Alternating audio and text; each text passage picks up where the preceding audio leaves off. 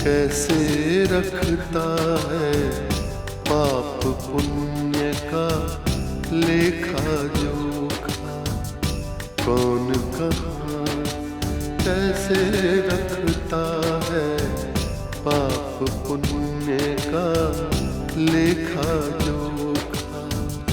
ओढ़ के चादर तू गुरूर की, ओढ़ के चादर तू गुरूर की, देता अपने आप को धोखा।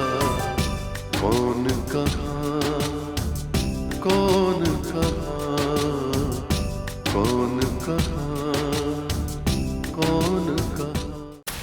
आप तो पत्थर है मम्मी, पत्थर। ना आप खुद मुझे समझने की कोशिश करते हो, ना मुझे मेरे पापा के बारे में बताते। आपके पास फोन आ रहे हैं कि भागवंती का कत्ल हुआ है और शक की सुई तुम्हारी ओर है। नाटक, कला और फिल्म इनका शौक पाल, लेकिन सिर्फ मनोरंजन के लिए, उसका हिस्सा बनने के लिए नहीं। उस गुप्त फोन वाले ने मुझे आरसी का नाम बताया।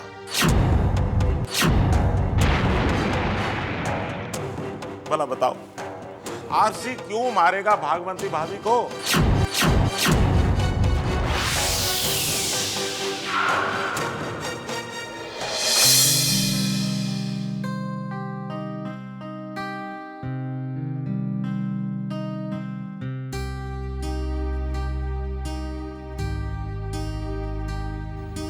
बेटा लाइट बंद कर, मुझे अंधेरा ही अच्छा लगता है।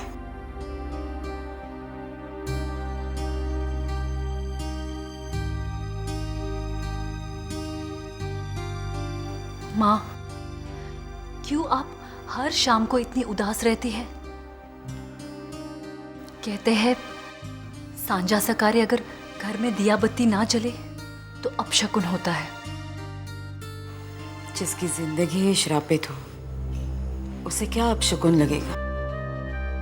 आधे से तो ज्यादा गुजारती मैंने अंधेरे में, अब बची ही कितनी है जिंदगी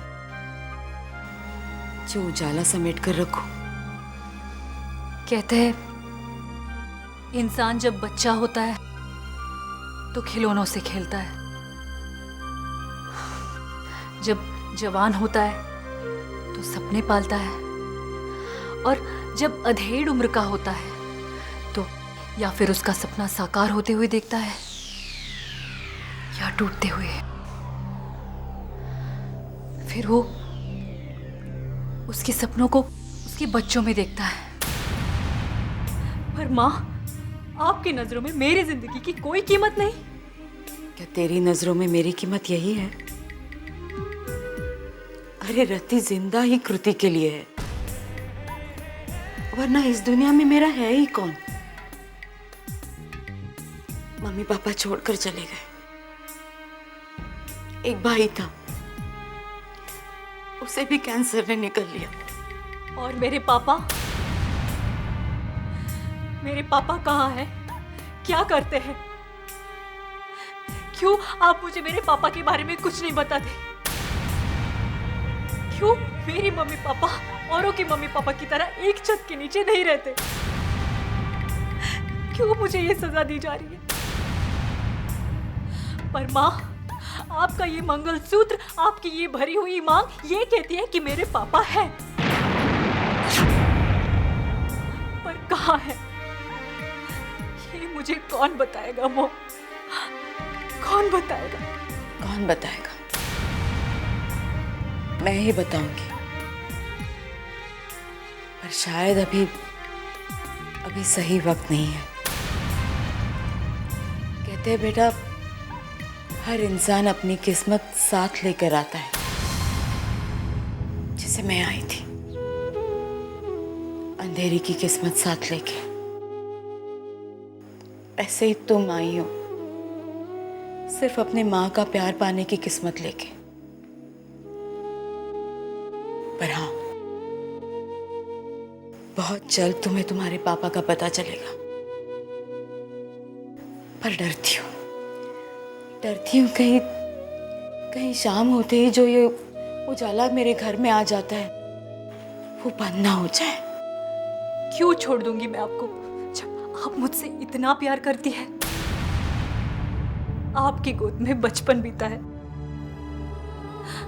आपका ही तो प्यार पाकर पली बड़ी हुई हूं। क्यों छोड़ दूंगी मैं आपको। पर हाँ, अगर आप चाहती हो तो शायद मेरा नसीब बदल जाए, शायद मुझे मेरा माँ बाप का प्यार मिले। प्लीज माँ, प्लीज एक बार बता दो कि मेरे पापा कहाँ हैं। बता दो ना माँ। अभी वक्त नहीं आया, इसीलिए डरती हूँ। अभी तो इतनी समझदार नहीं हुई बेटा कि इंसानों के चेहरे के अंदर झांक सके। पर माँ, मैं इतनी ना समझ भी नहीं हूं कि मैं आपका और मेरा भला बुरा ना समझ सकूं। तो एक बार बताना माँ, प्लीज। ठीक है, मुझे थोड़ा वक्त और दे दे। जिस परछाई को मैंने 20 साल अपने से अलग रखा उसकी पूरी खबर तो लेने दे, फिर बताऊंगी तुझे।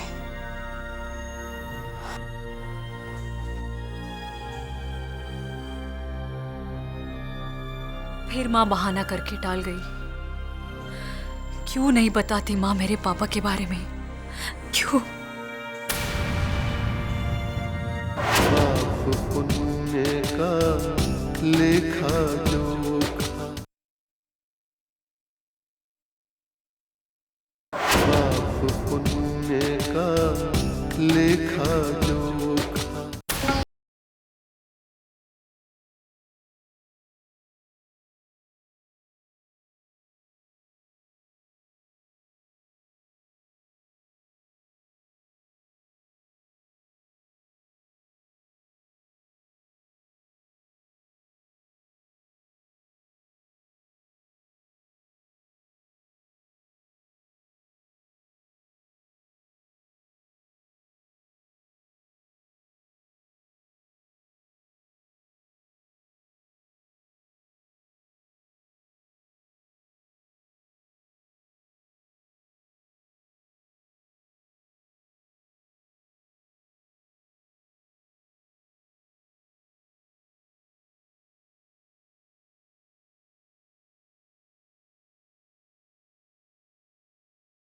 क्या कर रहे हो बेटा, क्या कर रहे हो? आज ये क्या हो गया रामू काका हमको? क्या हो गया रामू काका? होना क्या था? डिप्रेशन में आ गए हो, डूब रहे हो मायूसी में। अरे थोड़े से बुरे दिन क्या आए, अपने आप को मायूसी में डबो लिया। जान ले लोगे अपनी, हैं? ये देखो, ये देखो। रामू काका, के ने अपनी उदासियों में, अपनी तन्हाइयों में सृजन की कला की शहनाइयां बजाती थी। पर जब उसके नसीब में घर का प्यार, बच्चों का प्यार, परिवार का सुख सब छिन गया, जब ऊपर वाले ने सब कुछ छीन लिया तो के क्या करता? क्या करता रामू काका? के ने ऊपर वाले के फैसले के आगे अपना सर झुका दिया। रामू काका सर झुका दिया, क्या कर? देखो ना रामू काका, पहले मैं इस कला के लिए सीप मोतियां चुनता था समुद्र में डुबकी लगा लगा कर, और अब समुद्र में गोते लगाता है के लगाता है, पर छटपटा के खाली हाथ वापस आ जाता है, खाली हाथ। के बेटा, सूर्य उदय होने से पहले चारों तरफ अंधेरा छाया रहता है। देखो बेटा, तुम्हारे जीवन में काली घटा टल गई अब भगवान तुम्हें बहुत शोहरत देगा, बहुत नाम देगा तुम्हें, और तुम्हारे जीवन में फिर से शहनाइयां बजेंगी। रामू काका,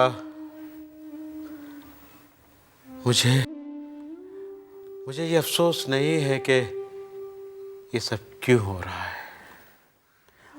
अपने लिए अफसोस नहीं है रामू काका, अफसोस तो इस बात का है कि मेरा फिल्म प्रोडक्शन बंद हो रहा है। के फिल्म प्रोडक्शन से कितने लोगों की रोजी रोटी चलती है रामू काका। काश मेरा भी कोई बेटा होता, काश मेरा भी कोई बेटा होता जो मेरे बंद होते प्रोडक्शन को संभाल पाता राम काका। लेकिन नहीं, ऊपर वाले को ये मंजूर ही नहीं था। बेटा, ये बात मैं अच्छी तरह जानता हूं कि तुम्हारे कोई बेटा नहीं है, लेकिन ये बात तुम्हारे मुंह पर आज तक नहीं आई। तुमने अपने वर्करों को, अपने काम करने वालों को अपना समझा, उनको बच्चों का प्यार दिया, और आज अगर बेटा ना होने की बात आपके मुंह पर आई भी तो हमारी चिंता करके, हमारी रोजी रोटी सोचकर। तुम बहुत ग्रेट हो के, तुम बहुत ग्रेट हो बेटा। मैं कौन होता हूं रामू काका? कौन होता हूं किसी को रोजी रोटी देने वाला? अरे रामू काका, सब कुछ वो ऊपर वाला देता है। मेरे तो बस चेक पर साइन चलते हैं। अरे पास तो वही करता है ना रामू काका। हाँ, आप चिंता मत करो रामू काका, जो कुछ होगा अच्छा होगा। लाइए चेकबुक, वो जो ऑफिस में सैलरी बांटना है मुझे दीजिए, मैं साइन कर देता हूं। पाप पुण्य का लेखा जोखा, पाप पुण्य का लेखा जोखा। क्या करोगे चेकबुक लेके बेटा? अभी ऊपर वाला सोच रहा है कि केके के खाते में लेखा जोखा कब डाले। ओह, तो समझा रामू काका, समझा। तो फाइनेंसर्स तंग आकर अपना पैसा वापस ले गए। हाँ, क्या करते बेचारे? अरे वो ठहरे व्यापारी, एक दुकान ना सही दूसरी दुकान से। हाँ, पर रामू काका, मैं कुछ करूंगा, आप बिल्कुल फिक्र मत कीजिए, मैं कुछ करूंगा। के बेटा, संभालो अपने आप को उभारो, पुराने मूड में आओ, अच्छी खूबसूरत कहानी लिखो। सब्जेक्ट चाहिए, सब्जेक्ट है। मैं चलता हूं बेटा, मैं चलता हूं। सब्जेक्ट कहां से लिखेगा के? जैसे बैंक का अकाउंट नील, उसी तरह सब्जेक्ट का अकाउंट भी नील। मजा है, इस मुफलिसी का भी मजा है। देने वाला भी वो, छीनने वाला भी वो।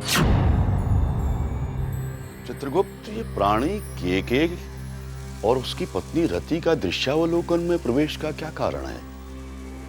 दोनों की पुत्री कृति। कृति? जी हाँ प्रभु, दोनों केके और रति की पुत्री कृति अब मुख्य भूमिका में है, जो दृश्यावलोकन में कई प्राणियों, पापियों और पुण्यवानों को प्रभावित करेगी। अर्थात कृति पर मायावी पाप की दृष्टि जमी होगी। जी हाँ प्रभु, अब कृति निस्वार्थ प्रेम, अमर प्रेम का इतिहास लिखना चाहेगी, और हमें इस प्राणी कृति के द्वारा ही ज्ञात होगा कि मायावी पाप ने अमर प्रेम, निस्वार्थ प्रेम पर कहां तक चोट पहुंचाई है। परंतु देखिए, अभी तो यहाँ दृश्यावलोकन में एक और कहानी अमर प्रेम की ओर बढ़ रही है, लाभ और संध्या की।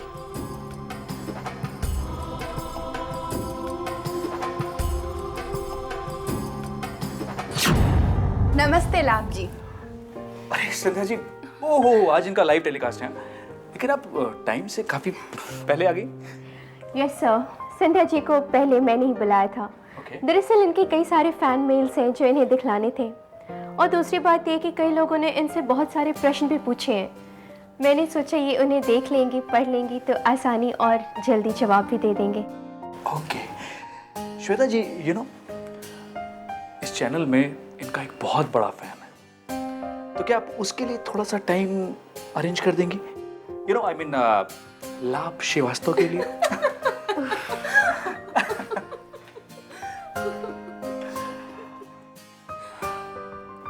संध्या जी, आपके चेहरे पर यह हंसी बहुत अच्छी लग रही है। कितने दिनों के बाद मैं आपको ऐसे खिलखिला कर हंसते हुए देख रहा हूं। You made my day. दिन सफल कर दिया आज आपने मेरा। चलिए काम करते हैं, ऑफिस में एक कप चाय पीते हैं। चाय? चाय तो मेरी कमजोरी है और उसके लिए मैं कभी भी इनकार नहीं कर सकती। आइए केबिन में चलते हैं।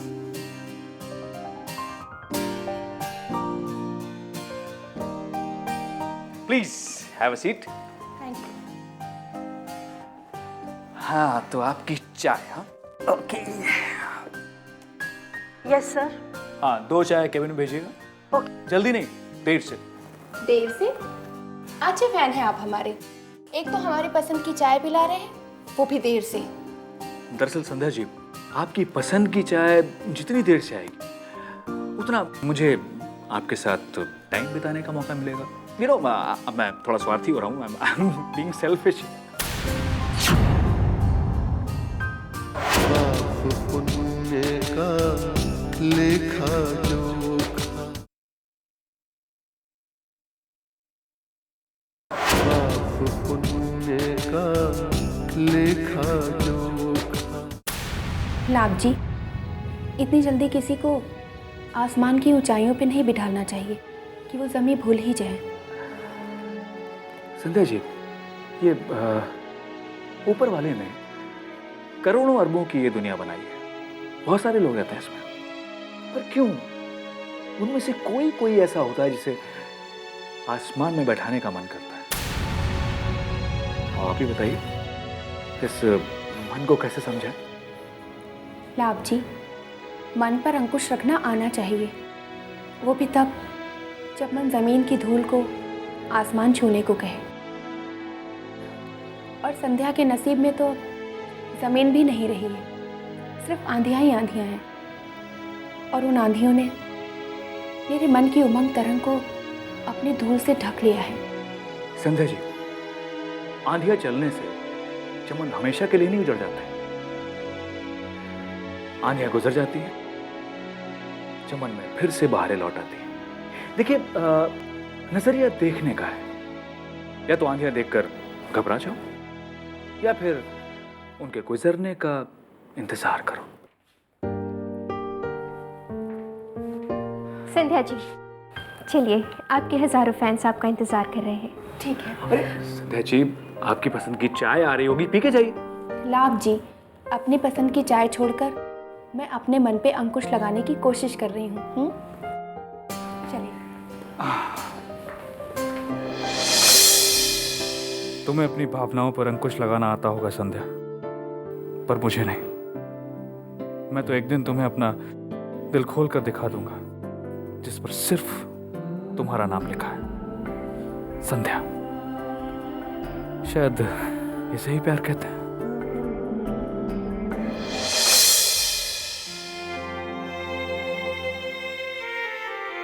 वास्तव में कर्मयोगी तो वो होता है जिसका लक्ष्य अर्जुन की आंख की तरह उसके सामने हो, और उसकी पूर्ति के लिए वो स्वयं को अपने लक्ष्य के लिए समर्पित कर दे।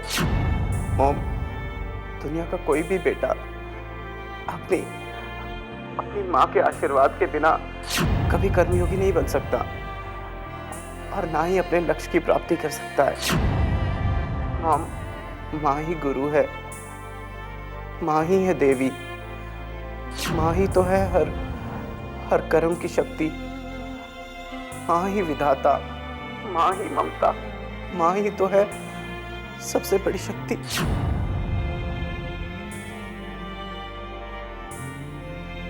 प्रणाम मौसी।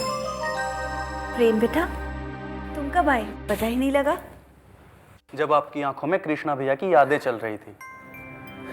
एक बेटा जब इतनी दूर हो तो पास आए बेटे का भला आपको कैसे पता चलेगा मौसी? सच मौसी, ये दूरियां कितनी यादों और इमोशंस को जन्म देती हैं। कैसे भर आती है ना आपकी आंखें कृष्णा की यादों में। हाँ बेटा, ममता के नसीब में आंसू ही लिखे होते, कभी खुशी के और कभी गम के।